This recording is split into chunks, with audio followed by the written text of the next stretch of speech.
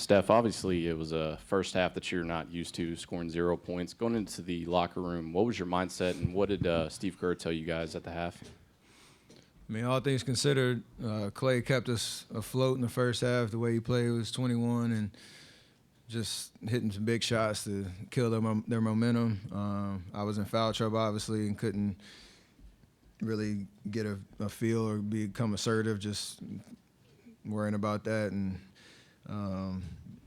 at halftime, we're tied, and I had 0 points. Like, you got to like that situation. And knew, obviously, it was going to be a hard-fought game down the stretch with everything on the line. And our defense really carried us in the second half to allow, that offensive rhythm to start to pick up. And, we've been in situations like these before and really dug deep in that experience to, keep our composure, stay solid, and close out the series. So damn proud of our team for sure. Steph, on your left. Steve talked earlier about the genesis of you and his relationship and how, when he first started coaching you, you kind of reminded him of Manu Ginobili and kind of the, the push-pull of kind of, aggravation but also elation and excitement. Can you talk about how you guys' relationship has grown over the years and how much confidence it gives you to know that you go down and have 0 points and you're able to, he gives you that cushion to come back and show what you're worth?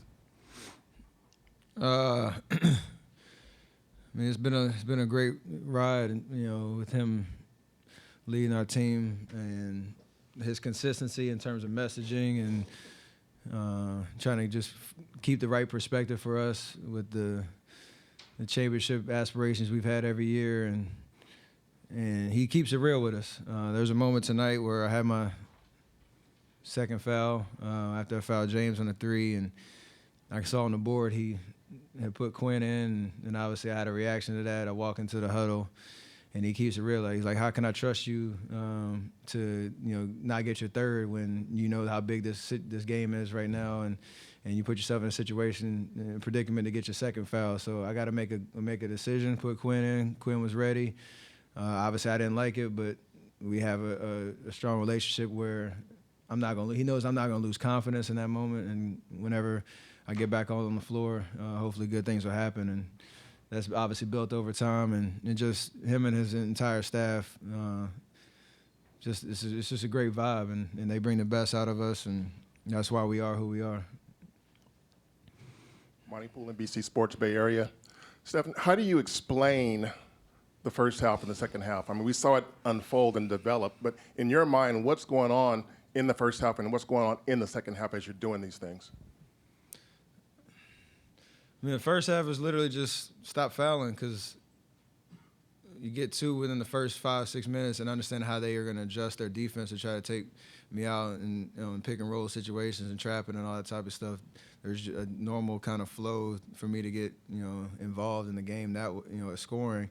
But when you get distracted by fouls and you're on the bench just watching, it's tough. Again, I knew it was a 48-minute game. There's going to be a moment I could really turn it on, and second half just try to not pick up a fourth early, and then a couple shots go down, start to see the floor a little bit, understand what they're doing differently defensively, and then the floodgates open. So this stage in terms of how this game was huge. I've had games like this, maybe not as drastic, with 0-33, but where things weren't going your way and you start to just figure it out, but I'm glad it obviously happened. Steph, all the way to your left, Valencia King, Real Talk Sports. Does a game like tonight really exemplify the motto, strength in numbers, the way you guys were able to lean into Quinn and Bell? For sure. We talked about that after KD went down, like who was going to help, fill those minutes, and again, that kind of goes back to Coach Kerr in terms of keeping it real with everybody on the bench. You don't know when your number is going to be called, whether it's from game 1 through 82 or in the playoffs, and we have guys that work hard. They take care of their bodies. They, stay sharp with their skill sets, and understanding that moments like tonight is where it all pays off. And we celebrate those guys for being ready. I told Quinn when I was on the bench in the first half, I just looked the look in. He didn't make any shots in the first half, but just the look in his eye, like he knew he was ready for that moment, and that's contagious. That confidence and that energy. So JB as well. He made a bunch of huge plays on both ends of the floor, and we needed every bit of it. Steph, Mark Medina, Bay Area News Group. What does it take to get a road win in 21 consecutive playoff series? It's crazy. I don't really know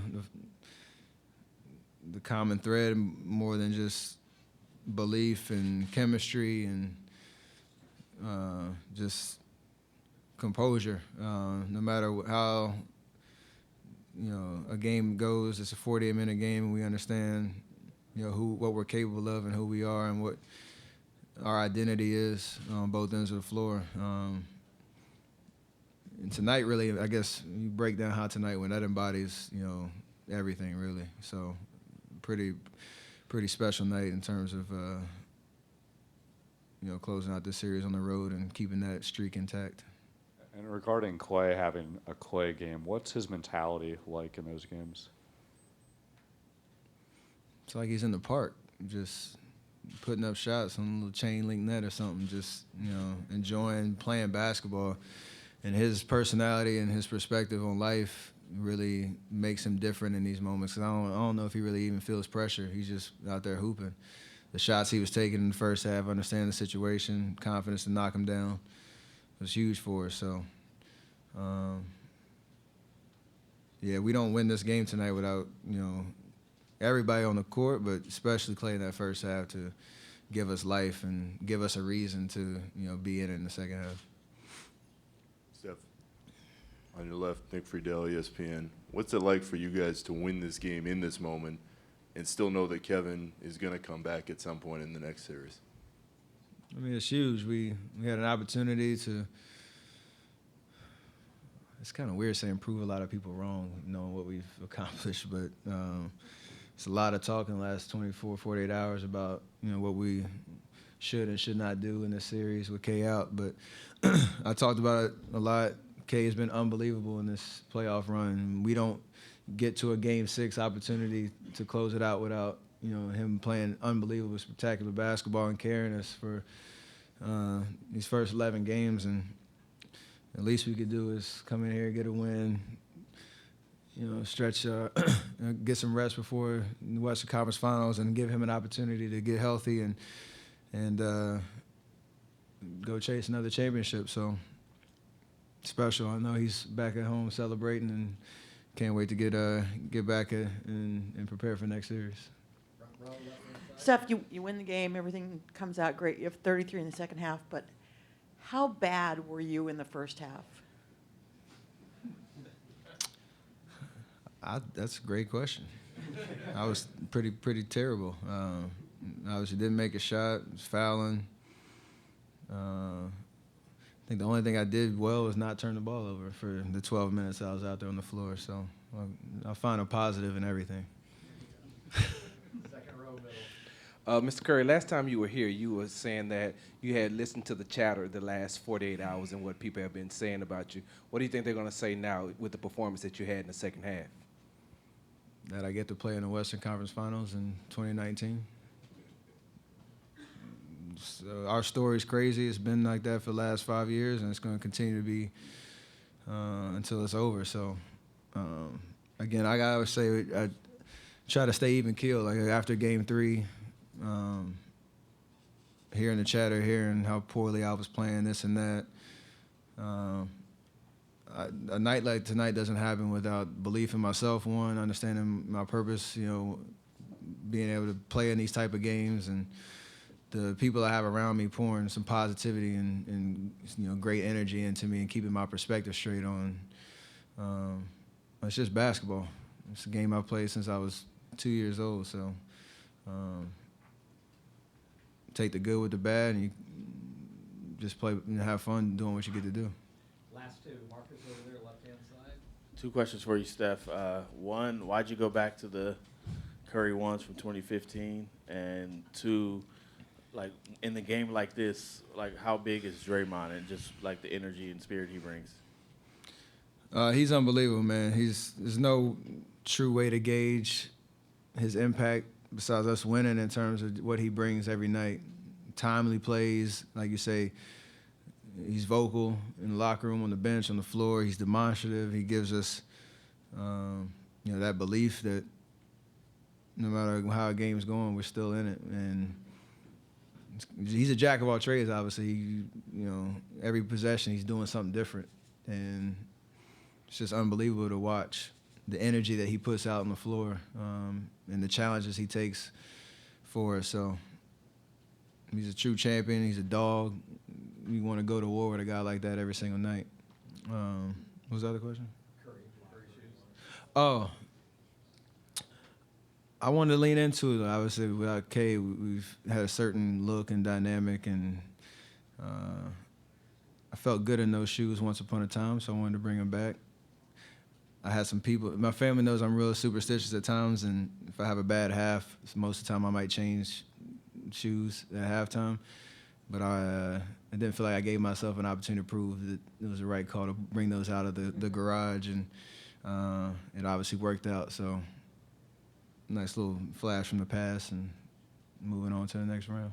Last one, stand up left hand. Tom Haberstroh, NBC Sports. Steph, before the game, the betting markets has you guys as a 7-point underdog. We're not supposed to comment on that, are we? No, you can now. After the game, LeBron James tweeted, "Never underestimate the heart of a champion." Dwayne Wade said, "Y'all better stop disrespecting Stephen Curry just because he's a team-first guy and is willing to sacrifice some moments doesn't mean he's still not a beast." Do you feel like going into this game you were underestimated or disrespected coming into this game?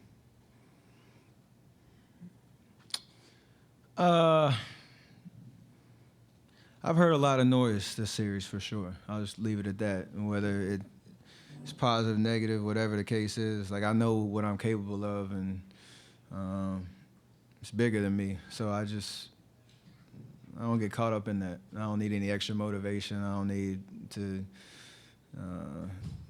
hear who I am as a player. I know that, and so my confidence never wavers in those type of moments. I obviously appreciate those words, and champions recognize champions and what it takes to win games like tonight and do what we've been able to do over these last 5 years. So hopefully more of that to come.